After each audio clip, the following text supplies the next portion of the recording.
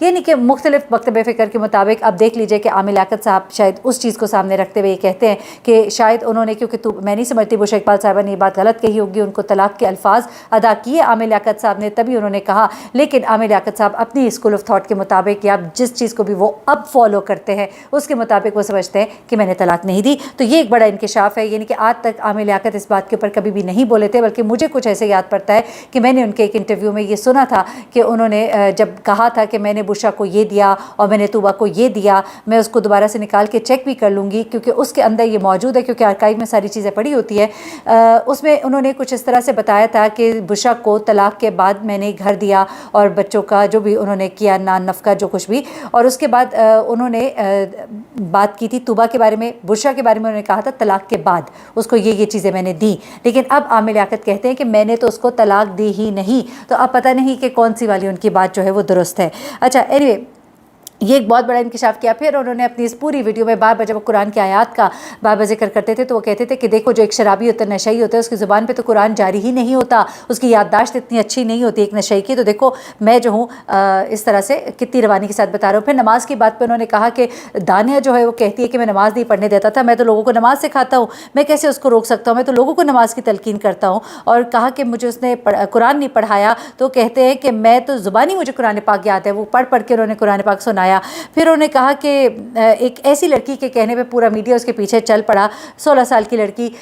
میری ملک کے لیے اتنی خدمات ہیں, میں نے اتنا پڑھا لکھا, ایک میں اسکالر ہوں, لیکن میری بات کی کوئی ویلیو نہیں ہے. جس کا انٹرویو لینا چاہیے تھا اس کا انٹرویو لیا نہیں, اور جس کا نہیں لینا چاہیے تھا اس کے پیچھے ہر کوئی بھاگ رہا ہے. پھر انہوں نے کہا کہ جس طرح سے وحید مراد کے ساتھ ہوا کہ جب وہ نمبر 2 ہوا تو اس نے خودکشی کر لی, اور اس کے بعد وہ کہتے ہیں کہ میں جو ہوں میرے ساتھ بھی یہ سب کچھ ہوا. اب انہوں نے پہلی بار یہ بات مانی کہ مجھے رمضان ٹرانسمیشن میں کسی نے نہیں لیا. میں لوگوں سے کہتا رہا کہ مجھے رمضان ٹرانسمیشن دی جائے, لیکن مجھے کسی نے نہیں دی, نہ لکھانی صاحب نے, یعنی کہ نہ ایکسپریس گروپ نے, نہ میر شکیل الرحمان نے, نہ جیو گروپ نے.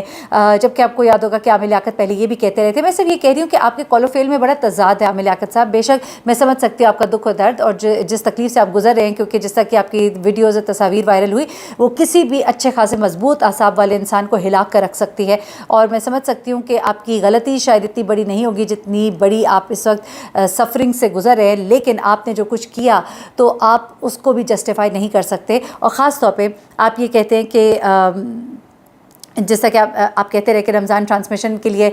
میں اس لیے نہیں ہوں کیونکہ میں بہت بزی ہوں, میں نیٹ فلکس اور پتہ نہیں اردو فلکس کے لیے کوئی آپ نے کہا تھا کہ آپ کوئی پروگرام تیار کریں, کچھ اس طرح کی خبریں تھیں غالباً, اگر میں غلطی پر نہیں ہوں تو اس وقت تو آپ یہ کہتے رہے. لیکن اب عامر لیاقت نے اپنے منہ سے یہ اقرار کیا کہ رمضان ٹرانسمیشن کے لیے مجھے کسی چینل نے نہیں لیا. پھر انہوں نے اپنے گلے شکوے بھی کچھ لکھانی صاحب سے کیے اور کچھ میر شکیل الرحمان صاحب سے کیے, یعنی کہ جیو کے جو ہے سی او اور جو ایکسپریس گروپ کے جو CEO ہیں ان سے انہوں نے اپنے گلے شکوے کیے کہ آپ لوگ مجھے جانتے تھے اور میں نے کیا کچھ نہیں کیا. پھر انہوں نے ذرا مبہم سے انداز میں یہ بتانے کی بھی کوشش کی کہ میں چونکہ غلط کو غلط کہتا ہوں, صحیح کو صحیح کہتا ہوں, تو کچھ چینلز کو مجھ سے پرابلم بھی ہوتی ہے. یعنی کہ اگر مجھے کوئی کہے گا کہ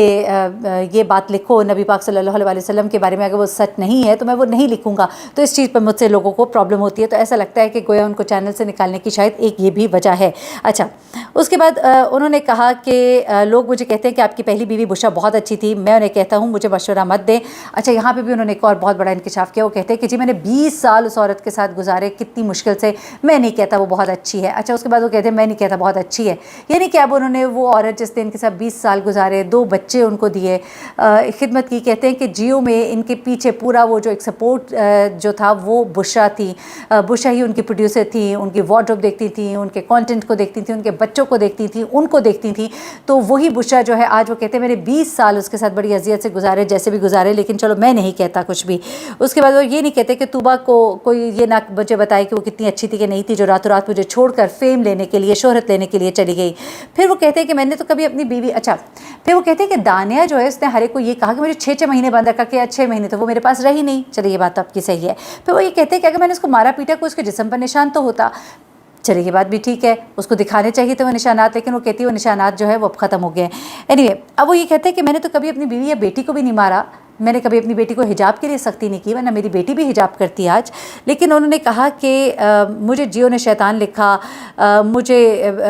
کتنی میں ہزاروں لڑکیوں کے درمیان رہتا تھا، کبھی ان پر آنچ نہیں آنے دی، اور میں میر شکیل الرحمان کے لیے عمران خان کے پاس جا کر اپیل کرتا رہا، لیکن وہ سب جو ہے میرے بیگانے ہو گئے جب میرا برا وقت آیا۔ اچھا، اس کے بعد تو یہ کہتے ہیں کہ اچھا پھر کچھ انہوں نے اور اپنی باتیں کی، میں ان سب کو ذرا کل کرتی ہوں کیونکہ وہ ذرا تعریفوں میں آ جاتا ہے، کتنے حج کیے، کتنے لوگوں کو کیا کیا کرایا، اور اپنی کچھ اچھے کام جو انہوں نے زندگی میں کیے ان کا انہوں نے ذکر کیا۔ اچھا، اب دانیہ کے بارے میں انہوں نے کچھ بڑے انکشافات کیے، ذرا وہ بھی سنتے جائیے گا۔ انہوں نے کہا کہ دانیہ جب سے یہاں سے گئی ہے میں نے تو اسے فون تک نہیں کیا، ٹھیک ہے، وہ کہتی ہے کہ مجھے دھمکیاں دیتے ہیں، مجھے میرے گھر سے کوئی کھانا کھائے بغیر واپس نہیں جاتا، میں تو لوگوں کو کھانا کھلاتا ہوں۔ اچھا، اب انہوں نے دانیہ کے بارے میں کچھ باتیں بتائیں کہ شادی کے بعد ان کے گھر کے حالات کیا تھے۔ ان کے گھر کے حالات جناب کچھ اس طرح سے تھے، انہوں نے کہا کہ میں شادی کے بعد کوئی میاں بیوی کو پرائیویسی ملتی ہے، کوئی بندہ جو ہے اپنی بیوی کے ساتھ وقت اچھا گزارتا ہے، لیکن وہ کہتے ہیں کہ میرے ساتھ تو یہ وقت تھا کہ دانیہ کو میں نے بچوں کی طرح رکھا، چھوٹی سی تھی، کہتی تھی میں نکی سی کاکی ہوں، میں اس کے لیے چیزیں خرید کر لاتا تھا۔ شادی کو 4 ماہ ہی گزرے تھے اور دانیہ کہتی ہے کہ 6 ماہ تک مجھے قید میں رکھا۔ وہ کہتی ہے کہ وہ کہتے ہیں کہ میرے پاس لینڈ کروزر تھی، میرے حالات برے تھے، میں نے بیچی، سستی گاڑی لی۔